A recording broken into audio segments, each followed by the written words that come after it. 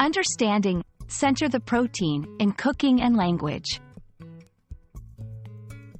Hello everyone. Today, we're going to dive into an interesting English phrase often used in cooking. Center the protein. This phrase isn't just about food preparation. It's also a great example of how English uses specific terms in certain contexts.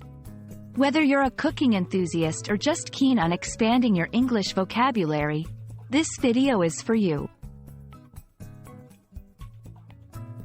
First, let's break down the phrase, center the protein. At its core, it involves two key concepts. 1. Center. This verb typically means to place something in the middle. In cooking, it implies positioning. 2. Protein. In culinary terms, this refers to the main ingredient of a dish, usually meat, fish, tofu, or legumes. Together, center the protein means to place the main ingredient in the middle of the cooking surface, dish, or meal presentation. So, why do we center the protein in cooking? There are a few reasons. 1. Even cooking. Placing the protein in the center ensures it cooks evenly on all sides. 2. Aesthetic presentation.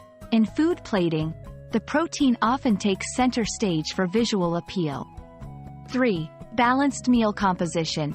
It reflects the idea of the protein being the focal point around which other elements, like vegetables and starches, are arranged.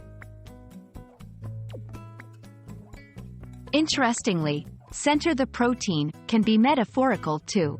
In broader English usage, it might mean focusing on the most important part of any situation, not just in cooking. For example, in a business meeting, centering the protein could mean focusing on the main agenda. And there you have it. Center the protein is more than a culinary term.